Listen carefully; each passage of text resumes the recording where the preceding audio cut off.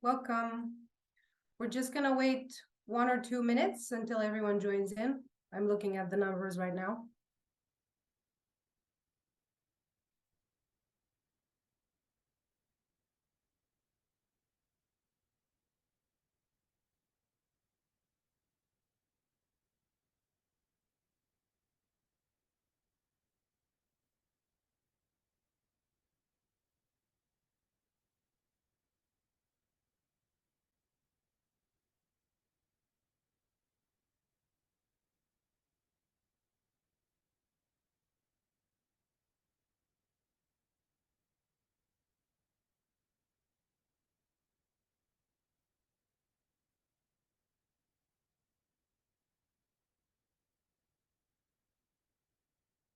Okay, the number is going up very nicely. A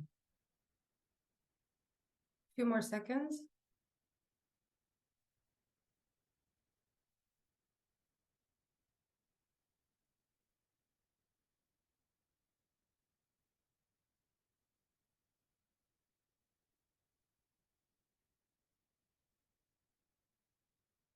Good, I think we're good to go.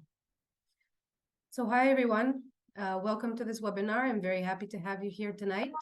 My name is Ana Vladescu and I am the manager of the Caring Project, and today I will also be your facilitator for this presentation. Just to begin with, a few housekeeping rules that might be useful for everyone in this webinar. It will be in English and we can provide translation in Bulgarian. Whoever wants to listen to the webinar in Bulgarian, you need to click on the interpretation icon at the bottom of your screen and you can select the Bulgarian channel. And after you do that, it is better if you mute the English channel in order to only hear the Bulgarian channel, because otherwise the sound will be doubled. We do have our Bulgarian interpreter here with us, and she will be translating everything from this webinar. We are recording the webinar. You've probably either received a message about the recording or you will receive it soon.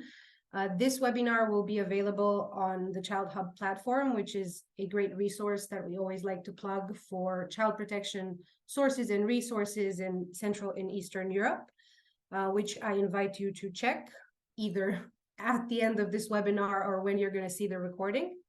If you have any technical issues, you can use the chat function and we're going to aid you with your technical issues. We are also going to have a questions and answers time. You are invited to use the Q&A function, the question and answers function from the options in the menu.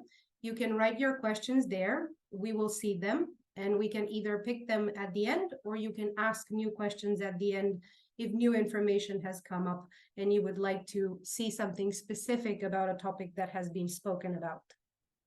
Okay. We are also going to have two short polls, one at the beginning and one at the end. If it's possible that we put on the beginning poll right now that I will ask you to complete, it's going to take 1-2 minutes.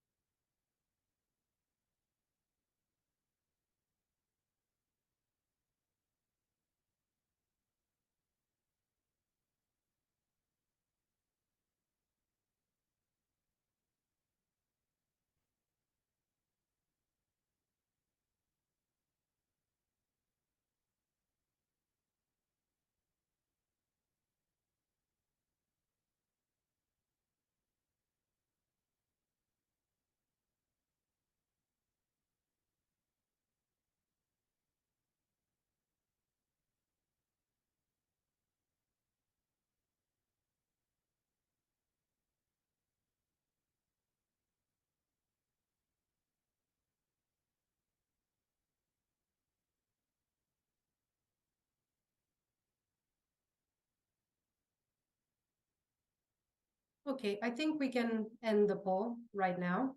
Thank you very much for your answers. There's also going to be a poll at the end of this webinar, so if possible, please do not log out before you fill in the information in that poll as well. It is very useful for us in terms of reporting and knowing some things about our participants. Obviously, this is an online event from very different places in the world. Thank you. So I guess we can start right now. As I said, if there's any issues, technical issues, please go in the chat and we're going to be monitoring your questions. So I'm going to start. Please give me a second so I can share my presentation.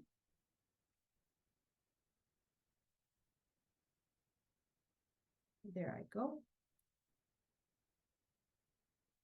Okay. So we are here to speak a bit about one of the first big results of the Caring Project. But before we do that, we need to speak about what the Caring Project actually is. So challenging social and gender norms to reduce violence against children in school. This is the long title. I much prefer Caring. It's got a nice ring to it. What we have seen over the past few years in multiple countries in Europe is that school violence is quite a big issue. We don't see it just in Romania, where I'm from. We see it all across Central and Eastern Europe. And sometimes it's a problem within the institution. Sometimes it's a problem with the social and gender norms that are given to children in environments where there might be very little protection with regards to their existence and their safety within schools. Now, what we call school-related gender-based violence, so SRJBV, usually results because of gender norms and because of unequal power dynamics. Sometimes these power dynamics are between men and women. Sometimes they are between adults and children and vice versa. And we know from multiple research that has been done in the past few years that gender does have an influential role, particularly with regards to the types of violence that happen against girls and against boys. For example, girls are more prone to sexual and psychological violence, and boys are much more prone to physical violence, especially physical violence being normalized in between them. Now, it also has a connection with the way we accept it. So there tends to be a differentiation between violence that we would see in a case of self-defense and violence that is propagated because the systems around those children are set up in a way which encourages and accepts certain forms of violence. So this is where a project like Caring comes in, because it has the desire and the ability to attack this issue from multiple directions. One of these directions is working with the institution, so with the schools themselves, with the school management. One of them is working with teachers. One of them is working with children, and one of them is working with stakeholders, either community, local, or at the national and international level. So we have an integrated and a holistic approach to dealing with this phenomenon of school-related gender-based violence. We work in multiple countries. This is a project that has implementation in 4 different countries, for example, Romania, Croatia, Bulgaria.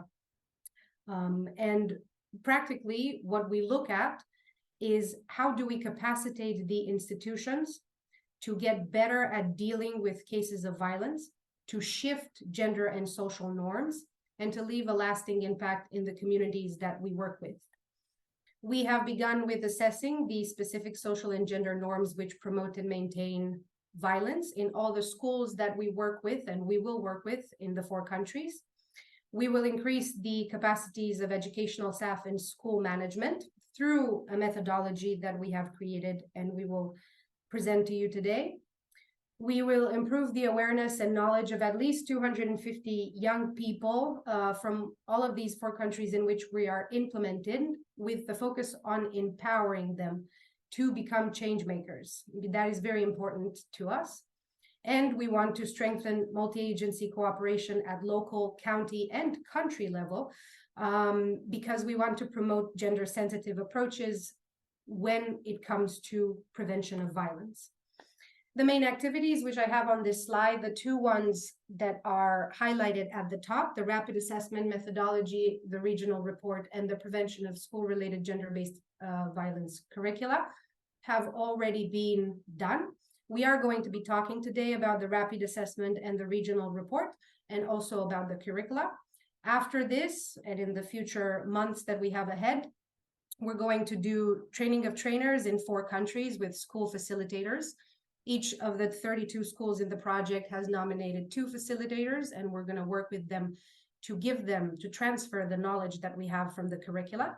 They themselves are going to do trainings with school staff in their schools. So all the 32 schools are going to have teachers in them who have been exposed to this methodology and have learned how to integrate gender-sensitive approaches into their approach to preventing violence. Peer-to-peer support sessions with school staff, which is going to happen all throughout the project. Trainings with youth leaders in each school. Very important for us as an organization, but also for our partners, because we want to see change coming from the bottom up, not just from the top bottom. And child-led initiatives organized in each school. This is also giving velocity to change, because we don't just work with the youth leaders, we will also work with other children in those schools who can be exposed to notions about human rights, about prevention of violence, about empathy, about acceptance, about diversity, and so on and so forth. And this helps them build up self-esteem and helps them become better in the process of recognizing when violence impacts them and when they themselves might be going to behaviors that are problematic. 32 thematic parents meetings, very important, something we have noticed across our work in preventing school violence is that we also need to involve parents in these activities. They are obviously pillars of the community. They have a vested interest in seeing their children grow up safely, and it is very useful to listen to their voice as well when implementing change. And meetings with statutory stakeholders in all of the countries. This might mean actors who are interested in seeing change happen in their communities, whether it's the local council or the police or parents associations or the children's council, any actors that have an involvement really in child protection and preventing violence. It is very important to us that change that happens through our projects doesn't remain just at the level of our projects. This project might end in 2025, but we would like to see things going way after that. And we've seen some very good results from previous projects in how we can really influence the community for the better. Now, in the context of this project, as I said, we did a rapid assessment. We built the methodology for it. That rapid assessment was carried out from the beginning of this school year in September. I would like to thank any teachers who might be here who were directly involved into this. It was quite a big team effort. And what came out of it was the regional report. My colleague, Denisa, is going to speak about it. But for now, before I let her in, I'm going to help her with the presentation as well. I want to say that projects like these, I know that they are very important for the communities that we work in. I have seen lasting change. And whilst it might sound very high level when you put the specific objectives and the requirements on a page like this, and you wonder at the beginning of the project, how is all this going to happen? It happens because we have the involvement of wonderful teachers and school management across all the countries that we work in, because we have a team that works to support them, and because in this process we are also able to write and create better and better projects, more tailor-suited to dealing with this phenomenon. So, Denisa, if I could please ask you to come on in. Thank you, Anna. Just a second to share your presentation. Good evening, everybody. My name is Denisa Leonte, and I'm the Monitoring and Evaluation Officer for Terre, Romania. I will be presenting you the Rapid Needs Assessment. One second. Yes, the Rapid Needs Assessment on School-Related Gender-Based Violence, a regional report. We can move to the next slide, Anna. Yes. Okay. So The rapid needs assessment was conducted in Bulgaria, Croatia, Greece, and Romania, and it refers to the school-related gender-based violence among children, young people, educational staff, and school management. So the purpose was to identify the specific social and gender norms which are promoting and maintaining gender-based violence in the 32 selected schools from all the 4 countries. Its findings and recommendations are used to better shape the capacity building program, to increase the capacities of educational staff and school management, to adopt tolerant and inclusive nonviolent communication, and to promote positive practices related to gender equity in schools. We can move forward. Regarding the methodology, so the data collected in this assessment was through online questionnaires and both offline and online focus group discussions with students, educational staff, and school management in Bulgaria, Croatia, Greece, and Romania. So in total, we had 680 respondents that participated to the study. Yes, talking about results, 5 main categories were identified. So firstly, we have the perception of gender roles and associated with societal expectations, perception of school climate, disciplinary practices of school staff, occurrences of violence in school environment, student and staff's ability to manage gender-based violence cases. And we are going to take them one by one and give you some very interesting examples. So, the data shows us that both students and school staff endorse in gender stereotypes to a certain extent. For example, in Croatia, the majority of participants disagree that girls should have long hair and dress ladylike, while in Bulgaria and Romania, a significant proportion of both students and school staff agree. In all countries, student participants generally agree that girls need more protection than boys. On the other hand, we also have Bulgaria and Greece. It is not necessarily considered a problem if a girl has more boyfriends. It is not considered inappropriate, while in Romania and Croatia, girls who have more boyfriends are considered inappropriate. So this type of results suggest that there are some traditional stereotypes still present towards girls. On the other hand, we have a significant shift from traditional stereotypes towards boys in all the countries. Boys who cry are not considered weak, and it is generally rejected that boys and men should never do housework, such as cleaning and cooking. When it comes to acceptance of non-conforming gender behavior, in Bulgaria, both students and teachers do not accept if a girl acts and dresses more like a boy, or a boy acts and dresses more like a girl. In the other countries, both students and school staff believe that it is more acceptable for a girl to dress more like a boy than the other way around. So we can go on to the next slide, Anna, thank you. In terms of perception of school climate, in all countries, students in general feel safe at school. However, this is more like a thing that is considered by school staff and not something that is believed by the students themselves. This is an interesting fact. Analysis shows that both in Bulgaria and Romania, students generally agree that teachers or school officials always take action when students report acts of violence, while in Croatia, students believe that teachers rarely do something. Another interesting finding is when violence occurs at schools. In general, it is generally not reported in Croatia and somewhat not reported in Bulgaria. This implies that it might be some possible conflicts, incidents among students that happen without the knowledge of the teachers, which can also suggest some communication issues or power dynamics and fear of consequences that the students have when they are in such positions. In all participating countries, students articulate that violence is a problem, especially verbal violence, marginalization, and bullying in the forms of threats, insults, and even discriminating each other based on sexual orientation and ethnicity. Cyberbullying is also presented in all the schools in Bulgaria, Greece, and Croatia, while in Romania, cyberbullying is somewhat like a rare type of violence compared to other types of violence. Physical violence may also happen in the forms of breaking each other things or actual fighting, which is more common between boys and girls.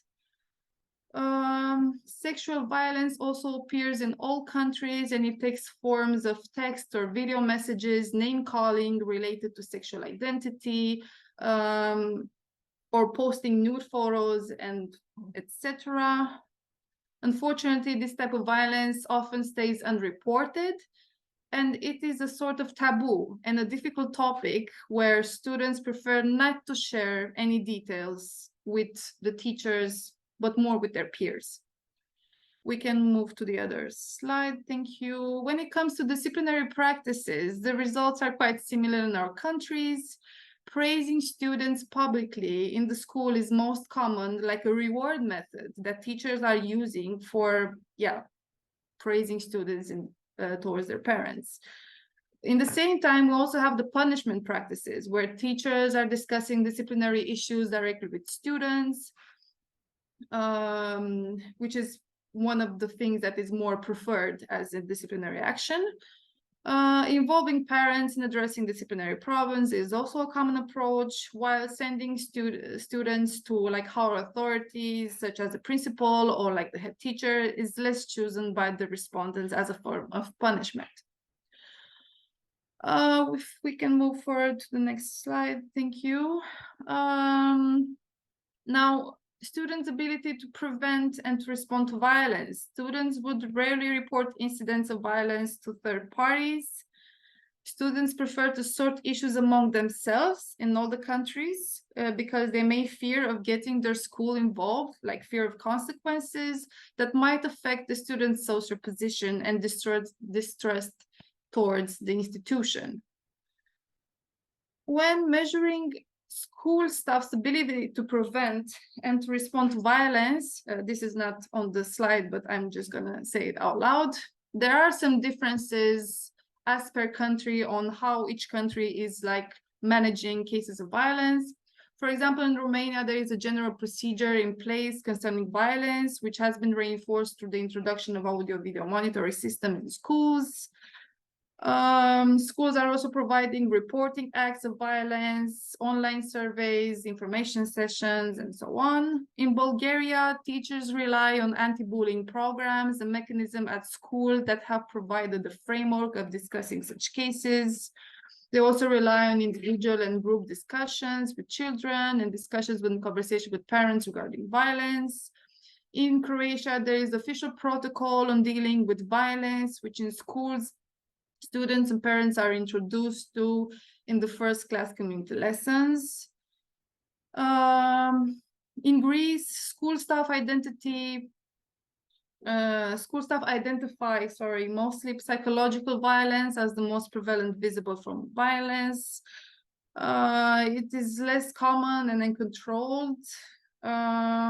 Incidents involving physical violence are rare, and when they occurred, they are considered very extreme and shocking. Teachers in the FGDs reported instances of single incidents involving physical violence, which have marked their memory due to its exceptional nature and cruelty. And yes,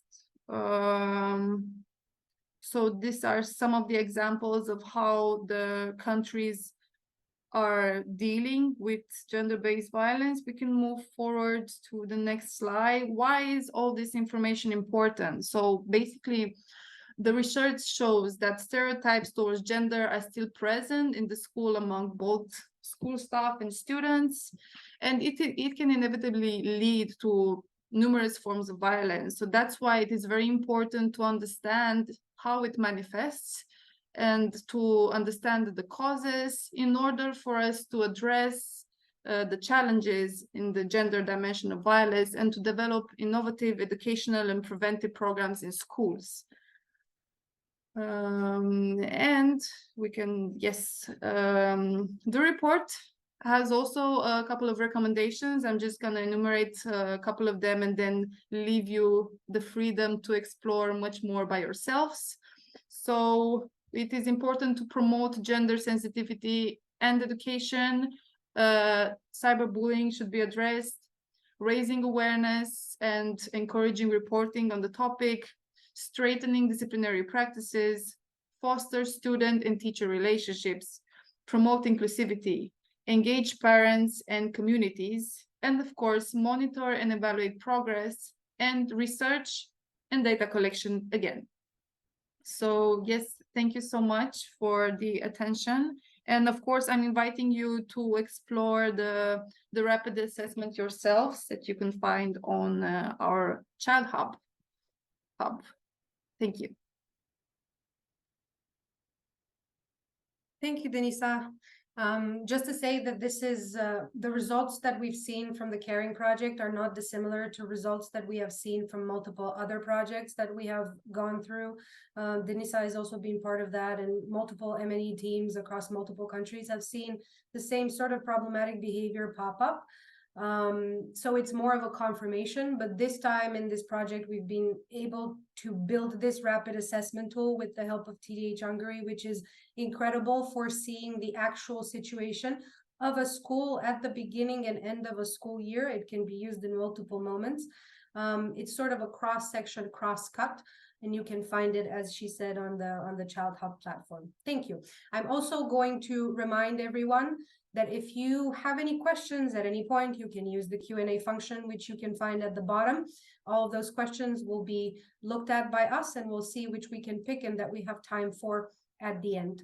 I'm going to invite our consultants, our external consultants now, that they can speak about the main show of today, the Curricula for Preventing School-Related Gender-Based Violence. Thank you. Thank you, Anna. Hello, everybody. My name is Natalia Mikhailova. Give me a minute to share a presentation.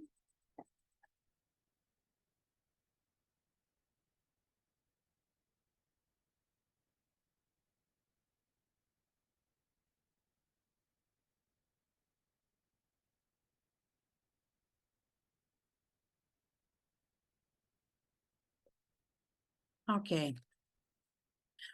My name is Natalia Mikhailova. I'm from Bulgaria. I was involved as a consultant in the project, especially in the process of development curricula on gender-based violence prevention by addressing the existing social and gender norms. I'm here with Diana Ruseva. She's also from Bulgaria. She's a psychologist. And we believe that our experience in developing different handbooks, manuals, and training different professionals will help the project in implementation of this very important topic. Okay, I want to say in the beginning that the curricula in English is already published on the Child Hub, and if you want to see the content, the main activities, sessions, you can reach the curricula. Today, we are going to present the main ideas of the curricula and the main approaches that we used in the development. For today, we are going to discuss the main ideas and concepts of the curricula and three main approaches, ideas, content, how to ensure child participation, child-friendly and safe school concept, and participatory action research. Okay, the curricula, actually the aim of the curricula as a first, maybe second activity in this project, the curricula is based on the rapid assessment that was already presented, but this curricula aims to increase the capacity of children and young people and adults at school to deal with gender-based violence and at school. The main focus of the curricula is prevention of violence by developing safe and friendly environment and ensure child participation, which is mean that the main idea is to transform the status of the children in the traditional school from passive recipient to active agent of change. Later on, we will present more about child participation.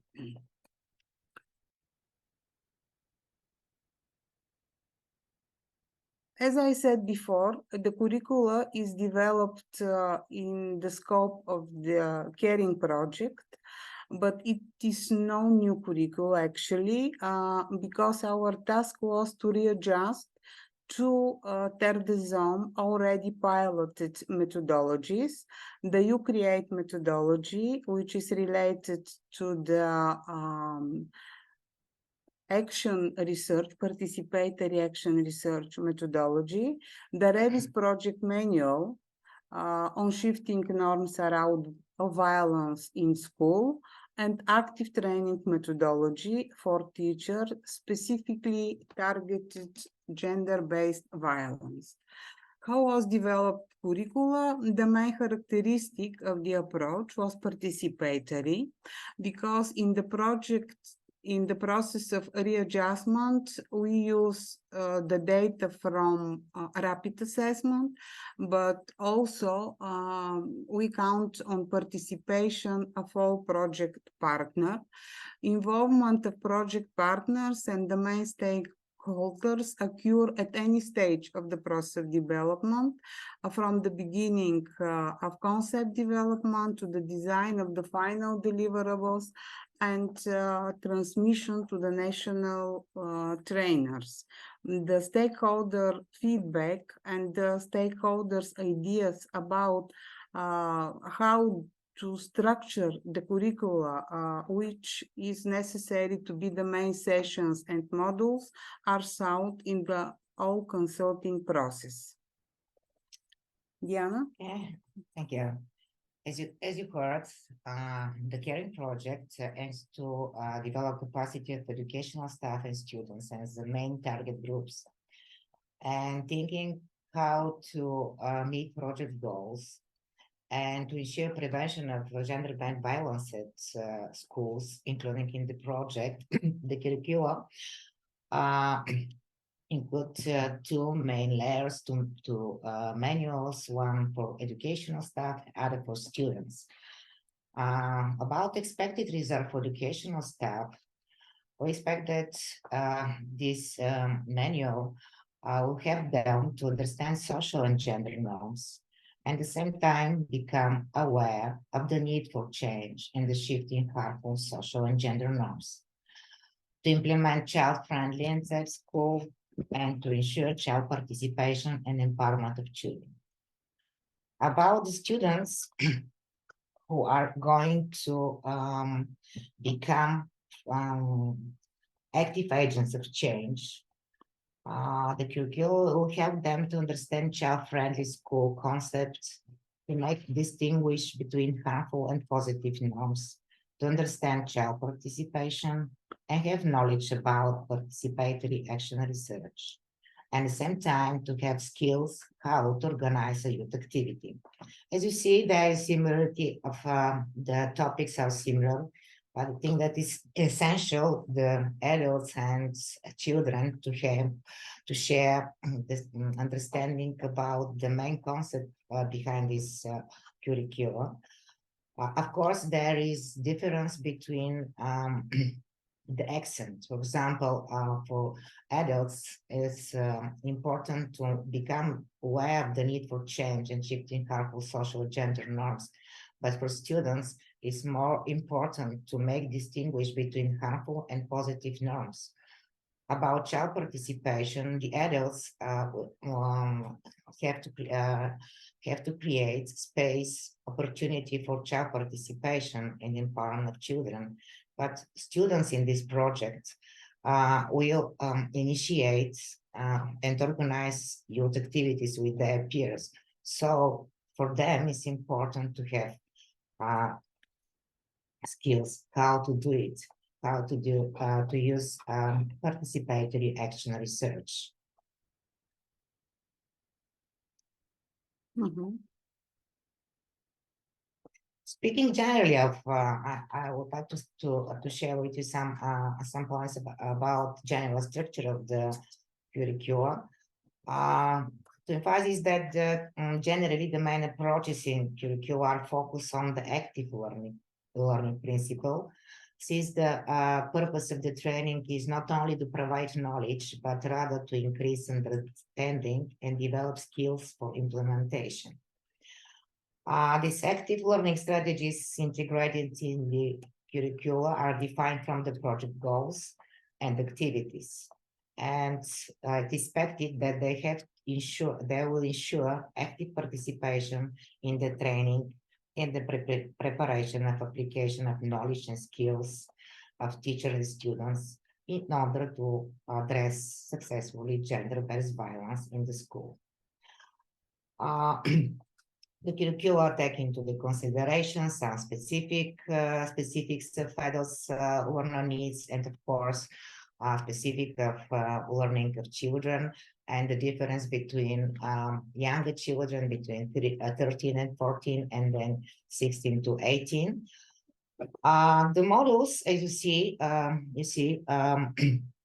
they are presented in the manuals.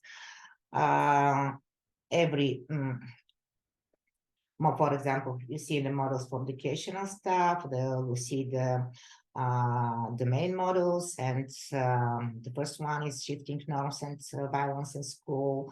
The second is development of a protective and safe school environments. And the third one is a peer-to-peer support for educational staff and school management. Every model has 3 sessions. And in every session is different 2 or 3 activities related to main ideas and logic of learning. You have limitation in time. The same is organized for students. The logic is different a little bit. The first model here is development of protective and safe school environment. Here, this is essential in the first model to make a team, for students to acquire skills to work together, because it's important then to initiate and to lead students' activities. The second model is related to social and gender norms. And the third one is concerning steps how to organize a youth activity, where the participatory action research is the main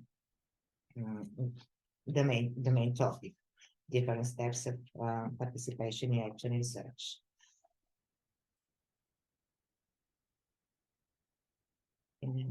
The same time is when you speak about the violence, this is the overall conception of prevention of violence in school. The projects addressing shifting norms around violence in school as it's important. It's a starting point because the school is a ideal environment to shifting norms around violence in school. At the same time, we couldn't think about prevention of violence without find the right reaction where the violence occurs. This means that it's necessary to have child protection procedures, policy, safeguarding policy, and good and effective procedures for intervention in the case of violence. And at the same time, prevention of violence in schools is connected to establishing a safe school as a safe environment to implement child-friendly and safe school approach. And this cannot happen without ensuring child participation and empowerment of children.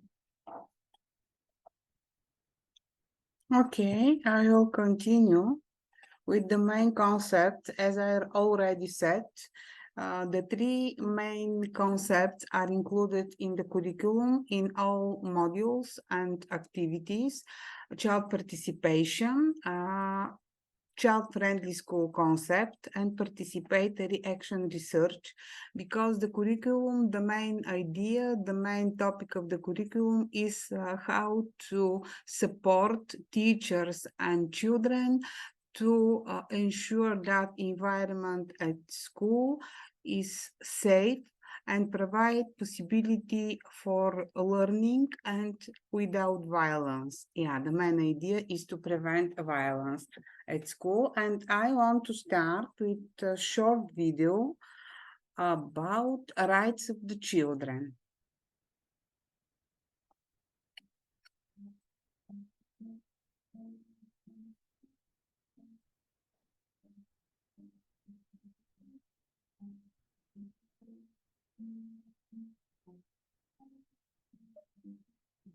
It's my right to be listened to. It's my right for some privacy too. It's my right to not be hurt in any way. It's my right to be listened to. It's my right for some privacy too. It's my right to not be hurt in any way. You, me, and everybody. You, me, and everybody. You, me, and everybody got rights. We got rights. We got rights. We got rights.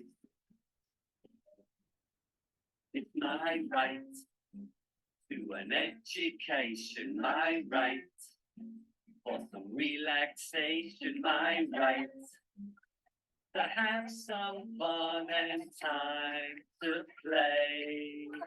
It's my right to an education, my right for some relaxation, my right to have some fun and time to play. You, me, and everybody. You, me, and everybody. You, me, and everybody's got rights. We got rights. We've got rights. We got rights. We got rights. We got rights. We got rights. We got rights. We got rights. Respect for everyone. We got rights. Even if you're young, we got rights. Respect for everyone. We got rights. Even if you're young, my right. My right.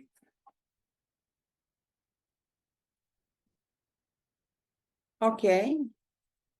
The concept of child rights and the way that school provide possibility for exercising the all rights of the children is in the focus of this curriculum, and more specifically the child participation. You know that child participation can be actually defined as a children individually and or collectively engaging with opportunities to form and express their views and to influence matters that concern them directly or indirectly. And more importantly, when we talking about child participation, it's better to understand what does it mean meaningful participation. Meaningful participation actually involves a real transfer of power from adults to children. And this transformation of power, this transfer of power, sorry, transform the status of children from passive recipients to active agents who are informed and able to influence decisions affecting their life. You can see here the Roger Hart's ladder of participation, just to remind you that there are different levels of participation, different steps or ranks. And first three of them are related to participation somehow, but actually manipulation, decoration, and tokenism are levels in which all activities are adult-led. And in these activities, maybe somehow in the tokenism level, youth may be consulted with, but with minimal opportunities for feedback. And in some of these level, youth don't understand, or some of them understand purpose, but have no input in how all activities are planned and what is the reasons and the expected results. You can see here on the ladder that at the rings 4, 5, 6, 7, and 8, there is different steps of child participation. Ring 4 is, I can call it information, because the youth are informed.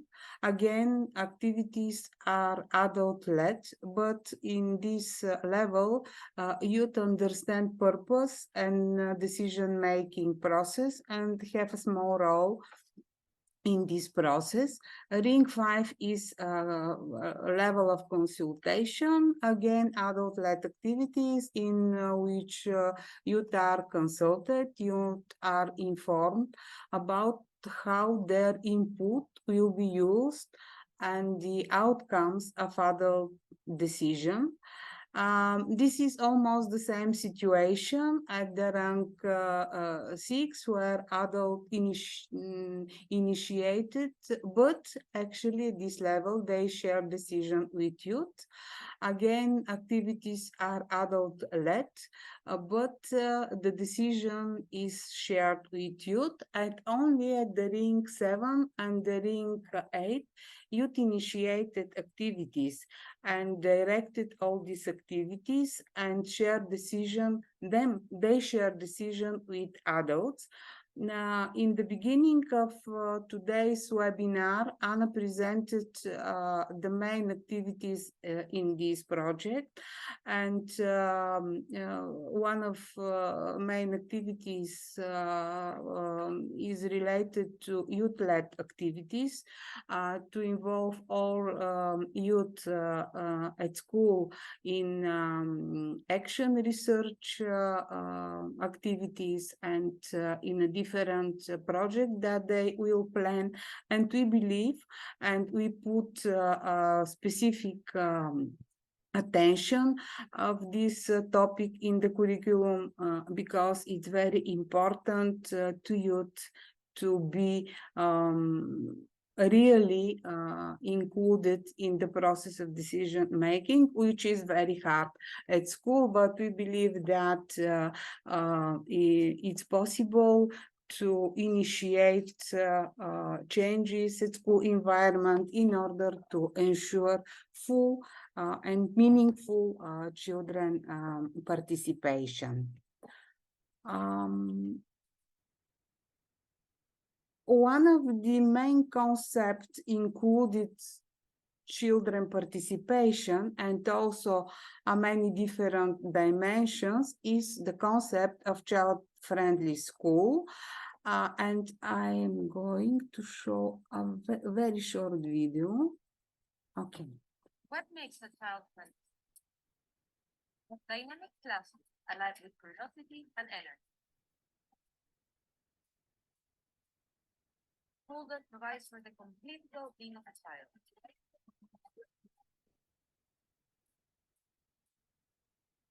With links to families and the wider community. Schools that respect the needs of girls and boys. schools that celebrate children as they reach their full potential to be themselves.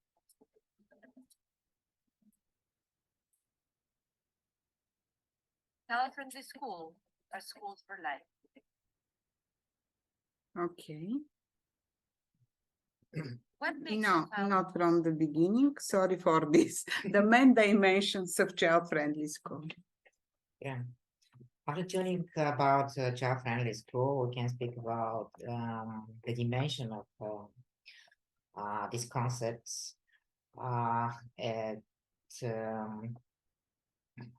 These dimensions shows us that it's not a simple process. It's a long process that depends on different actors, different stakeholders involved in school life. Child-friendly models embrace a concept of quality that goes well beyond pedagogic excellence and performance outcomes. Because this model focus on the needs of the child as a whole, not just for on the school routine that educators traditionally feels responsible for. As I mentioned, it's a long process independent of national or school context, and this model helps schools to develop or improve their own practice, how to reach these standards, these requirements of child-friendly schools. Two main ideas are essential in this concept of child-friendly school is holistic concern for child needs, a holistic approach. This is leading in the development of child-friendly school practices. And the next one is a full involvement and support for all parties in position of facilitators, children's rights, and to quality education. You see the five child-friendly schools require multidimensional intervention activities. And if we start with, for example, healthy and safe and protective of children's emotional, psychological, and physical well-being, and think what connection, for example, with the project caring, what can be done in practice in this dimension. Is the school to develop effective safeguarding policy and child protection procedure that is clear what to do in the case of violence. At the same time, to provide programs concerning prevention from violence connected to its bullying in school, prevention of bullying in school, or develop techniques how to implement non-violence in disciplinary measures at school and classes. Another dimension is connected to gender responsibility in creating environment and capacity fostering equality. It's more than to have special physical environment that corresponds with gender requirements, but they sent them to pay attention how the participation of different genders are in the activities of school lives and activities. Another dimension is connected about academically effective and relevant to children's needs for life and livelihood knowledge and skills. Child-friendly schools aims to prepare children with long life skills. So the academic curricula in schools have to include wide range of approaches and techniques how to ensure this, how children can acquire these lifelong skills. It depends not only approaches like working in teams in the projects but even at school class level, for example, to have circles in the morning or boxes where the children can put their opinion and to participate in the school, in the life of class.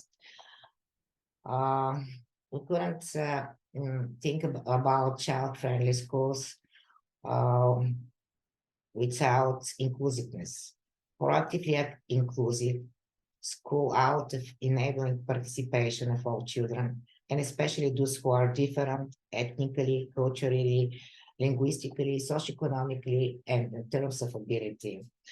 It concerns, of course, physical environments, but at the same time to provide pedagogical approaches that allows all children, doesn't matter their disability, to participate actively in the learning process.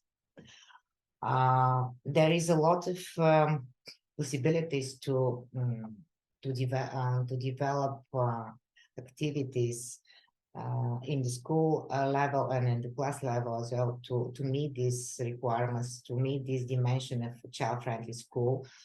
And in this project, caring is possible.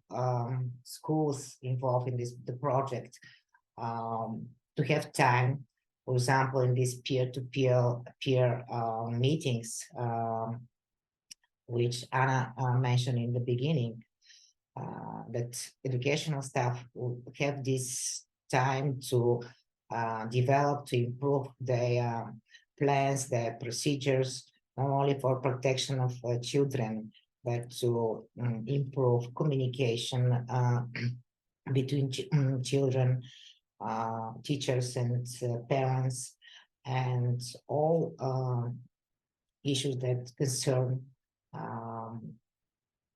implementation of child-friendly school. Mhm.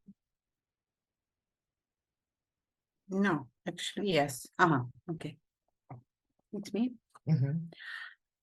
Okay, how to implement actually child participation in a school environment, meaning that it's necessary to provide a space for children to express their view, to provide to ensure that children's views are communicated, so to provide an audience to someone with the responsibility to listen, to ensure and to provide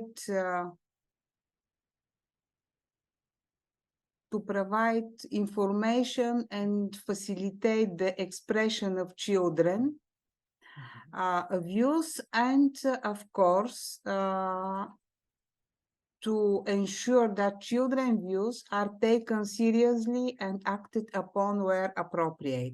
How to ensure all this? One of the ways that is presented in the curricula and one of modules for children, and I think that enough information in the manual of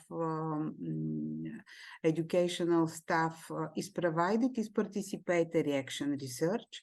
Participatory action research is a process where the researchers, the youth leaders, and the participants, the youth participants, work together to understand the strengths and challenges in their communities, and then plan and lead projects that build on strengths and address challenges to promote positive social change. After they lead their project, they can then reflect on what they have learned to take project even better in the future. The participatory action research is about research, it's about participation, but mostly about a reflection around process of participation. There are 5 phases in the participatory action research. You can find information and additional information and resources in the curricula, but I want to point out that the first stage, the first phase is about map. For a researcher, for a youth researcher, at this stage is very important to see the environment, the main problems, The main challenges related to different topics in this project.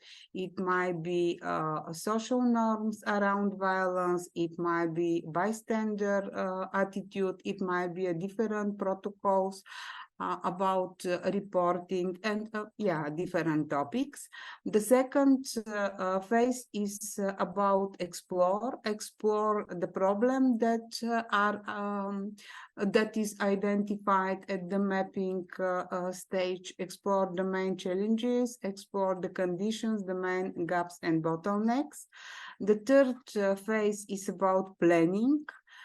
Plan how to change the situation, and very important, I said that the participatory action research is about reflection, but only it is related to the action, how all this plan will be implemented in the school environment. And also the last phase, it's about reflect and share how the process of participatory action research is happening.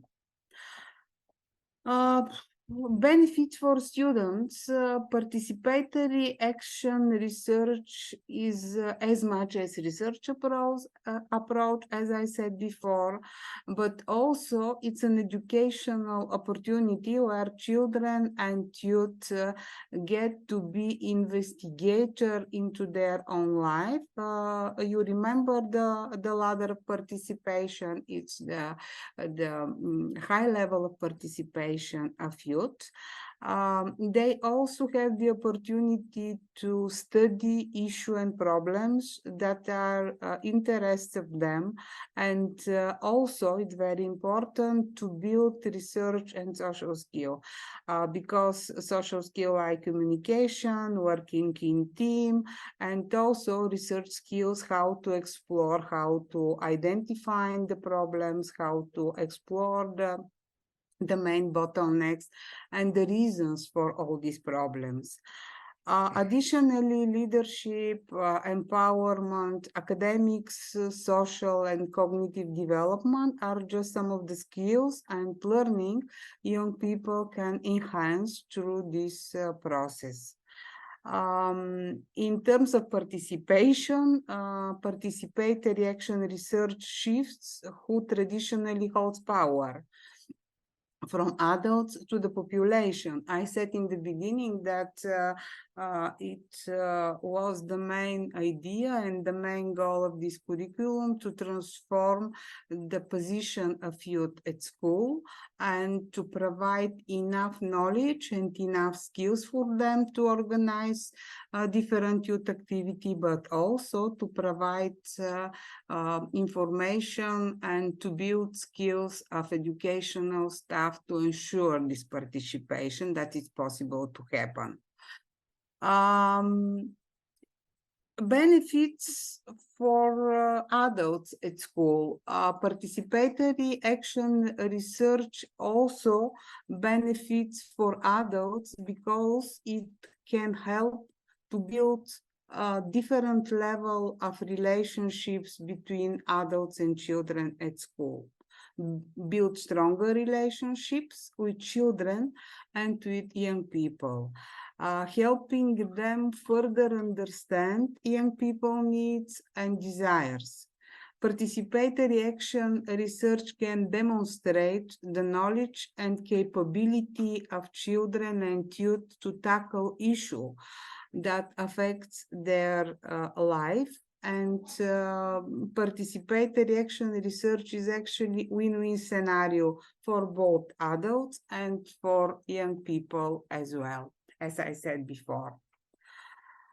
Benefits for schools, going even wider, participatory action research can help schools and other organizations to adapt their policies, programs, and initiatives to be more tailored to the thoughts and perspectives of young people. Engaging children and youth in research can also increase the likelihood of initiatives being continued and adopted in the school community over time. As I said before, the fourth part, the fourth stage of the process of participatory action research is the process of action. And also about child participation, it's very important not only to provide space for them to participate, but to give them opportunity to make a decision about school community and the school rules. This is particularly important, the researcher assess for school health promotion, but we think that this approach was implemented by Terre in UCreate project Greece, from Greece, Terre Greece, but we think that it is appropriate to implement this approach, organizing youth-led activities in terms of school prevention of violence, and that because in the curricula you can find information about participatory action research, additional resources and information how to implement in a different activities in school environment in order to achieve the main goal of this curricula and the project as well, to prevent school violence and to build, to create safe and child-friendly environment for our children. Thank you.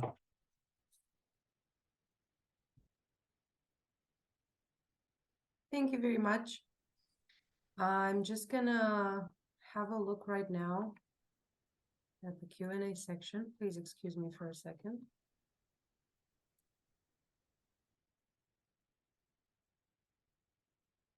Okay.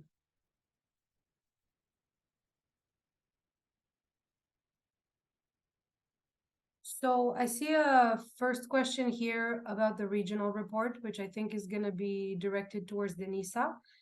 If part of the research confirmed what you have seen before, what was the most surprising finding of this regional report?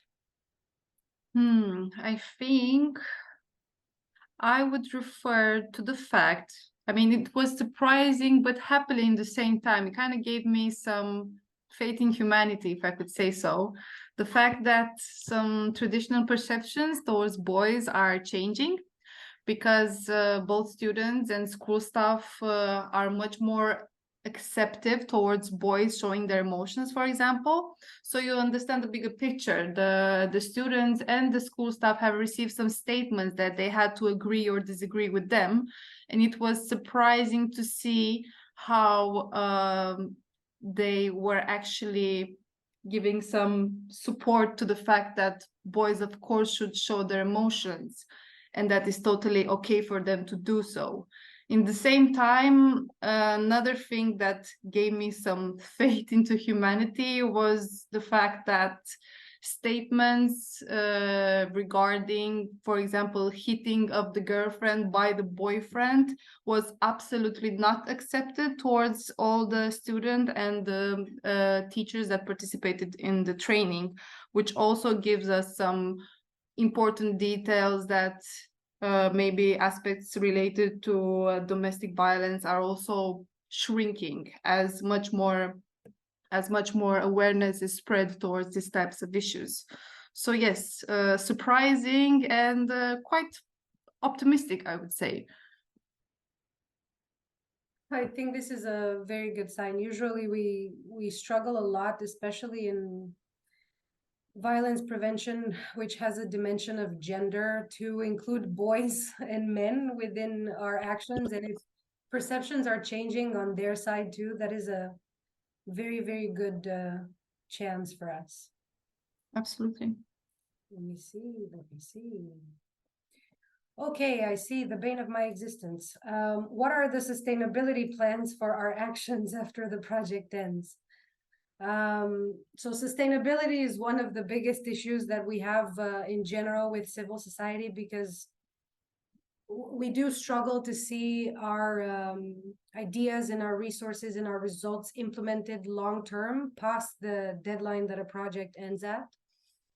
what we are going to have with this project, which is a little bit different from other projects that we've done in prevention of gender-based violence in schools, is that we're going to have good practices collected from all of the schools in all of the countries all across the project, which we can obviously then share within the network of schools that we've worked with, but also externally. As we all know, no school is an insulated thing or an island in and of itself. It works within an environment of other schools and other actors within society. We're also looking to see if, with the rapid assessment and the methodology that we have now, if we are able to go towards other, sorry, I lost my voice there, go towards other actors, see if it is a useful tool, as useful as we consider it. Because obviously, if you get snapshots of what the situation is within a particular school with regards to violence, you are better able to implement solutions that are tailored instead of generic solutions that might not be helpful to that environment.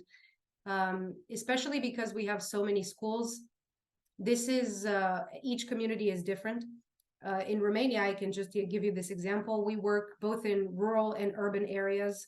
We work with schools that contain a high proportion of minorities and schools that do not have a high proportion of minorities.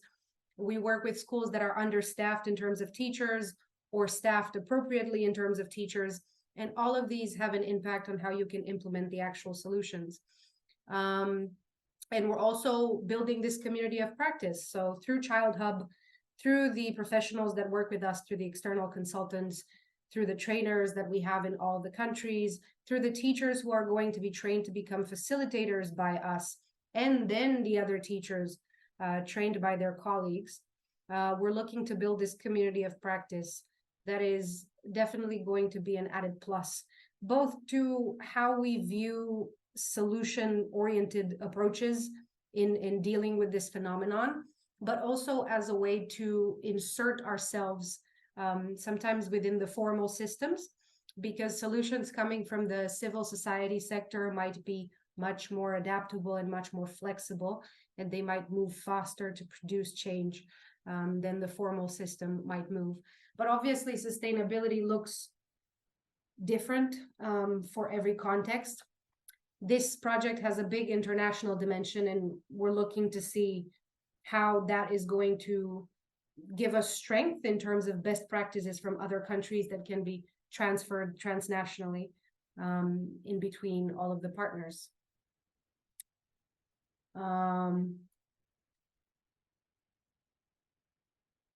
Okay, can you please detail more about what child participation means? If I could please direct this question towards Natalia and Diana, please. Convention of the Rights of the Child, Article 12, give a very clear explanation. What does it mean?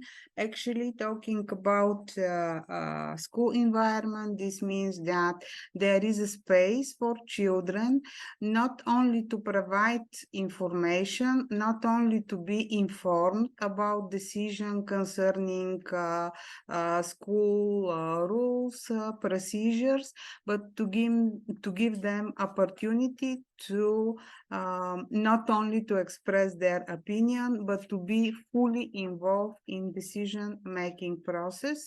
I believe that in a different context, in a different countries, there are different forms of child participation, like youth council, maybe, or different ways to involve children in a decision-making process, but most of the researchers and reports give information, provide information and data about way that children actually are not meaningfully involved.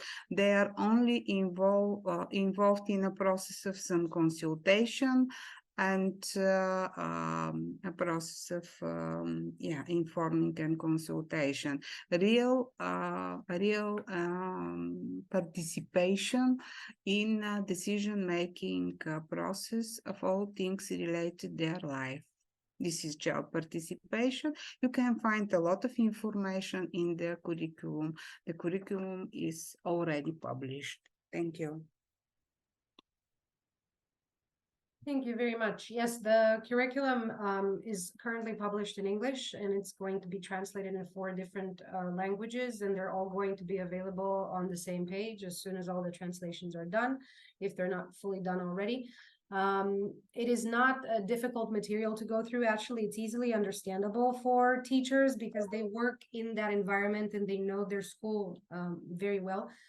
I would like to add something with regards to child participation, just to give a bit of like real world examples.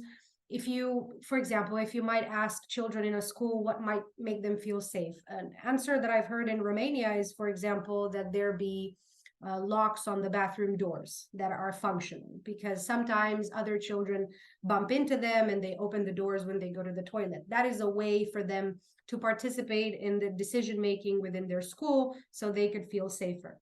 But it might also look like what they would like to implement in their class to make them feel like a better group of schoolmates, which would make them feel more connected and more empathetic towards their colleagues. It might also look like asking them, you know, the concept that was presented earlier by Natalia is the child-friendly school, right? Which is a space that takes in their input and actually implements the changes that they might ask for. We've had multiple exercises like that where we've actually asked children to say what they would like to see their teachers do, what they would do if they were director of the school for a day, or if they were the entire, if they had the power to change something in their environment, what would they change?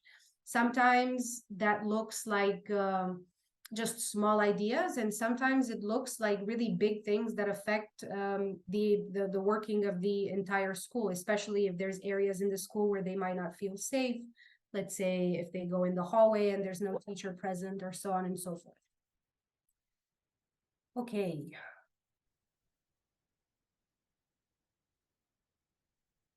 This is a question about stakeholders. I think I can take this one. How can local stakeholders be better involved in preventing violence? We have noticed that it is hard to engage the local community in our prevention activities.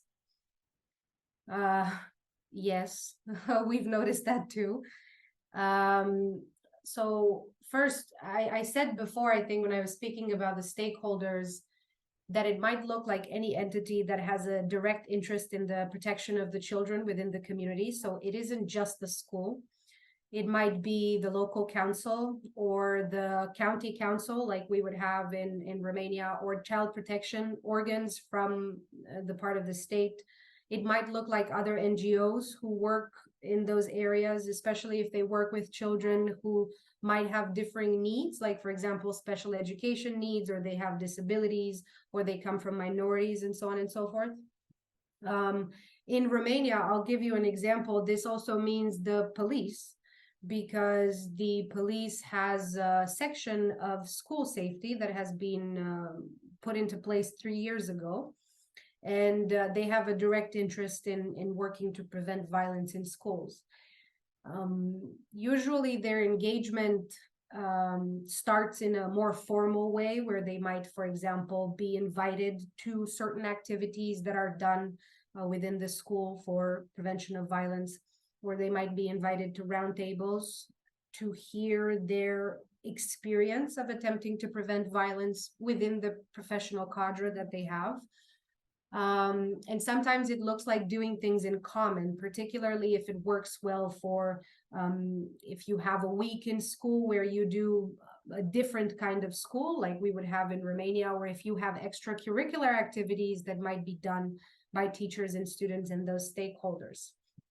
Sometimes what we've noticed as a difficulty is, particularly working with the formal system, there tends to be an almost pervasive idea about how things might not change or how difficult it would be to actually change things. And I've personally come across that a lot in my professional life working on prevention of violence. And the easiest way that I found to get over that is actually to invite them to some of our activities. Because once they see change and once they see that it is possible and they see that a community really cares about their children, a school really wants to implement activities that are helpful,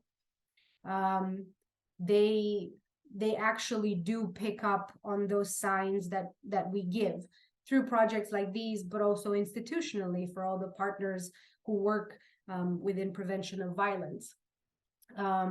And sometimes that might mean that it ends up in a formal relationship with a memorandum of understanding in between formal actors and non-formal actors. And sometimes it just looks like maybe once or twice a year, a roundtable where we see what trends come in, if there is something particularly worrisome for that community, if funds can be allocated for prevention activities, especially from the local council, or we have them in Romania, primărie, like the administration, which actually can provide resources, because we've noticed that that's one of the big issues for schools. If they don't have resources, it's very hard to implement change.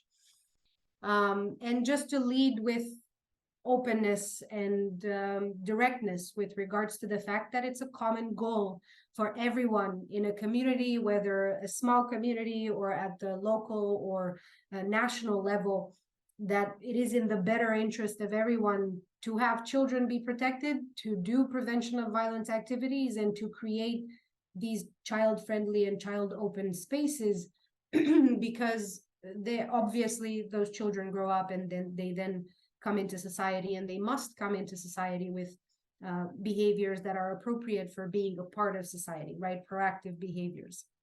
So it's not a, oh my God, I have the solution. That's pretty much, that can never happen.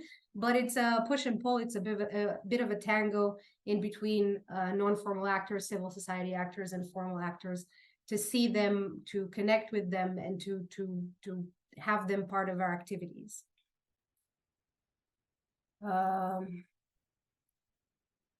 I'm also looking at the time. Okay, one last question. I'm also going to direct this towards the consultants. If you could please expand on the difference between a child-friendly school and a non-child-friendly school.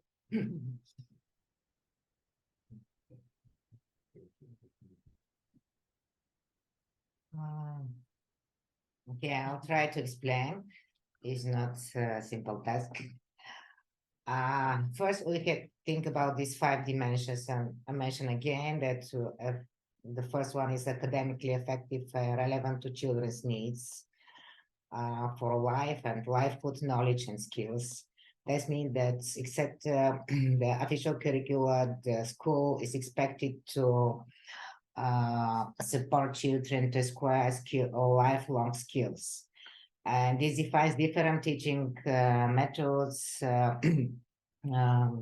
of course, variety of age-appropriate activities and methods like theory inputs, project works, teamwork, individual tasks, research, games, to have resources to use in the practice such approaches. Other like small group projects work and IT technologies and learning purpose. It's only some examples how to develop this dimension. But it can remind us that we have to think about 5 dimensions to develop 5 dimensions at the same time, not only to one of these dimensions. But if it's easier for the team to develop academic effective environments, okay, it depends on the school, of course. It's their readiness to create a practice on child-friendly model. Other is important. maybe more connected with the project caring, is related to participation. This means that it's expected to all policies and practices deploy influence from the child opinion. Sometimes it's establishments of child students council or child boards, and it started from elaboration of effective procedure for with criteria, how to establish such student council. And this process is connected as well with in the last step, when the adults give feedbacks to the students, how their opinion, their proposal are taken into the consideration, and how they influence the solutions in the schools, for example. I gave it, it's a lot of, there will be given a lot of examples for each of these dimensions of child-friendly models. And I recommend to a specialist, for example, in active methodology. The colleagues from Romania includes these indicators for each dimensions of child-friendly model. What means what the school can aim to achieve in every dimension, but the main is to prepare children for to reach their full potential, to give them skills, knowledge and skills for life, long life skills, to ensure participation in every part of school life, participation of children as well as parents. And this is, how to say, not the one of the, we can start of the question is connected to how to start and how to connect with the project caring. It will be the pathway in this way. Thank you. Thank you very much. I'm looking at the time. I'm very mindful of it. We have a couple of minutes left. Thank you very much to everyone who's been in the webinar today. Please do not forget that before we leave, we would like to see you answering the ending poll. It's come up on the screen right now. If you could please give a few seconds to answering the questions there.